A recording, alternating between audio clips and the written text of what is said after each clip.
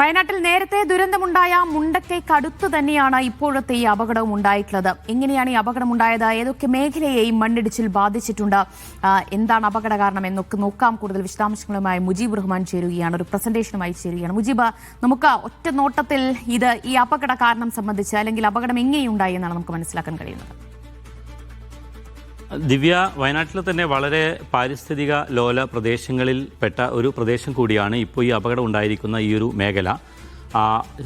മീനാക്ഷി പാലത്തോട് ചേർന്നാണ് ഈ അപകടം ഉണ്ടായിരിക്കുന്നത്. കള്ളാടി മണ്ണിടിച്ചിൽ എന്ന് പറയുമ്പോൾ നമുക്ക് കൃത്യമായി മനസ്സിലാക്കാൻ സാധിക്കും. ഇപ്പോഴത്തെ ഈ തുരങ്കപാത ആനക്കാംപൊയിൽ കള്ളാടി 8.1 കിലോമീറ്റർ ദൂരത്തിലുള്ളൊരു തുരങ്കപാത നിർമ്മാണം നടക്കുന്നു. അത് അവസാനിക്കുന്നിടത്താണ് ഈ അപകടമുണ്ടാകുന്നത്. മേപ്പാടി ചൂരൽമല റോഡിലാണ് ഈ സ്ഥലമുള്ളത്. ഈ മീനാക്ഷി പാലത്തോട് ചേർന്നുള്ള ഒരു പ്രദേശത്ത് ഈ തുരങ്കപാതയുടെ നിർമ്മാണ പ്രവർത്തനം നടക്കുന്നിടത്ത് തന്നെ അപകടമുണ്ടാകുന്നു. അതിന് ഈ തുരങ്കം നമുക്കറിയാം 8.1 കിലോമീറ്റർ നീളമാണുള്ളത്. കോഴിക്കോട് ജില്ലയിലെ ആനക്കാംപൊയിൽ നിന്ന് തുടങ്ങുന്നു. വയനാട് ജില്ലയിലെ മേപ്പാടിക്ക് അടുത്തുള്ള കള്ളാടി എന്ന് പറയുന്ന ഇപ്പോൾ ഈ ദുരന്തമുണ്ടായ സ്ഥലത്താണ് ആ തുരങ്കം അവസാനിക്കുന്നത്. ചൂരൽമല റോഡിലാണ് മീനാക്ഷി പാലമുള്ളത്. ആ പാലം കഴിഞ്ഞ ഉടനെ തന്നെയാണ് ഈ തുരങ്കത്തിൻ്റെ മുഖം ഉള്ളത്. ആ പ്രദേശത്ത് മണ്ണ് നീക്കിയ പ്രദേശം, അവിടെ വലിയൊരു മതിൽ കെട്ടിയുയർത്തിയിരിക്കുന്നു. അത് മുഴുവനായിട്ട് റോഡിലേക്ക് പതിക്കുന്നു. വലിയ തരത്തിലുള്ളൊരു മണ്ണിടിച്ചിലായിട്ട് അത് മാറുന്നു. പക്ഷേ നമ്മൾ മനസ്സിലാക്കേണ്ടത് ഈ പ്രദേശം നേരത്തെ സമീപകാലത്ത് കേരളത്തെ ഞെട്ടിച്ചു കളഞ്ഞ വലിയ ഉരുൾപൊട്ടൽ ദുരന്തങ്ങൾ വയനാട്ടിലുണ്ടായി. അതിലൊന്ന് 2019 പുത്തുമല ദുരന്തമായിരുന്നു. ആ പുത്തുമലയിൽ നിന്ന് വളരെ അടുത്താണ് ഈ പ്രദേശം നിൽക്കുന്നത്. നമ്മളിപ്പം ഈ ദുരന്തമുണ്ടായിരിക്കുന്ന മീനാക്ഷി പാലത്തിൽ നിന്ന് 1.3 കിലോമീറ്റർ മാത്രം ദൂരത്തിലാണ് പുത്തുമലയിൽ അന്ന് ഉരുൾപൊട്ടലുണ്ടായ പ്രദേശമുള്ളത്. അതിനോട് ചേർന്ന് കിടക്കുന്ന പ്രദേശം തന്നെയാണ് ഇപ്പോൾ ഈ മണ്ണിടിച്ചിലുണ്ടായത് എന്നത് വളരെ ഗൗരവകരമായ ഒരു കാര്യമാണ്. ഇനി നമുക്ക് കള്ളാടിയിൽ നിന്ന് ചൂരൽമലയിലേക്കുള്ള ദൂരം. ചൂരൽമല സമീപകാലത്തുണ്ടായ ഉരുൾപൊട്ടൽ ദുരന്തമാണ്. 2024 ജൂലൈ 30 കേരളത്തെ മൊത്തം ഞെട്ടിച്ചു കളഞ്ഞ വലിയ ഉരുൾപൊട്ടൽ. ആ ഉരുൾപൊട്ടലുണ്ടായ ചൂരൽമല, അന്ന് ഒലിച്ചുപോയ ചൂരൽമല പാലം, ആ പാലത്തിലേക്കുള്ള ഇവിടെ നിന്നുള്ള ഇപ്പോൾ അപകടമുണ്ടായ സ്ഥലത്തു നിന്നുള്ള ദൂരം 4.1 കിലോമീറ്ററാണ്. 4 കിലോമീറ്ററിൽ മാത്രം ദൂരത്താണ് ഇപ്പോൾ ഈ ചൂരൽമല നിൽക്കുന്നത്. അതിനുമപ്പുറമുള്ള മുണ്ടക്കൈയിലേക്കാണെങ്കിൽ 6.7 കിലോമീറ്റർ മാത്രമാണ് ദൂരമുള്ളത്. ഏതാണ്ട് എല്ലാം ഒരേ ഭൂപ്രകൃതിയാണ്. വളരെ ഫ്രജൈലായിട്ടുള്ള ഒരു എക്കോസിസ്റ്റമാണ്. വലിയ മഴ പെയ്താൽ, വലിയ വൻതോതിലുള്ള മഴ പെയ്യുകയാണെങ്കിൽ ആ പ്രദേശത്തുള്ള മണ്ണും പാറയും ഒക്കെ ഒറ്റയടിക്ക് താഴേക്ക് പതിക്കുന്ന ഒരു സാഹചര്യമാണ് അവിടെയുള്ളത്.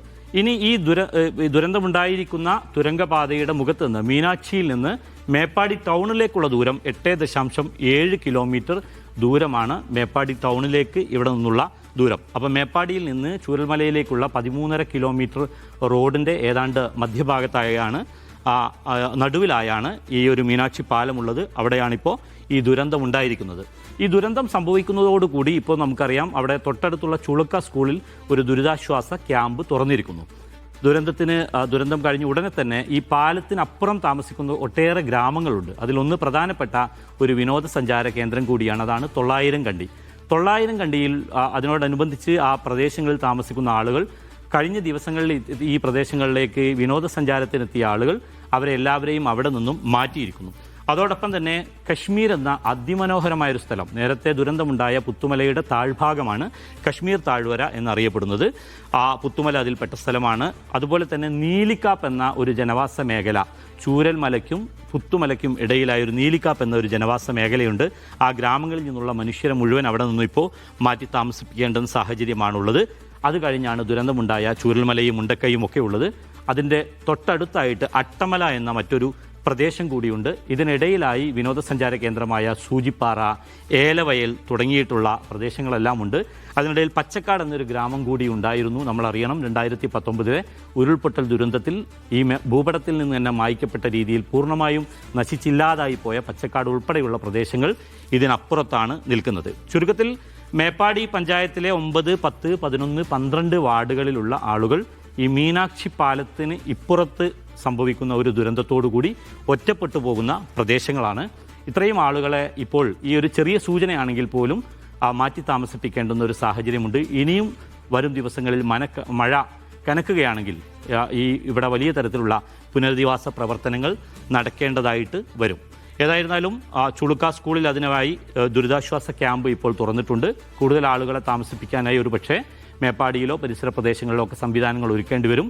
വയനാട്ടിലെ വരും ദിവസങ്ങളിലുള്ള കാലാവസ്ഥാ മുന്നറിയിപ്പ് കൂടി നിലവിലുണ്ട്. അതോട് ഈ ഒരു സാഹചര്യത്തിൽ വലിയ തരത്തിലുള്ള മുൻകരുതൽ സ്വീകരിക്കുമെന്നാണ് നമ്മൾ പ്രതീക്ഷിക്കുന്നത്.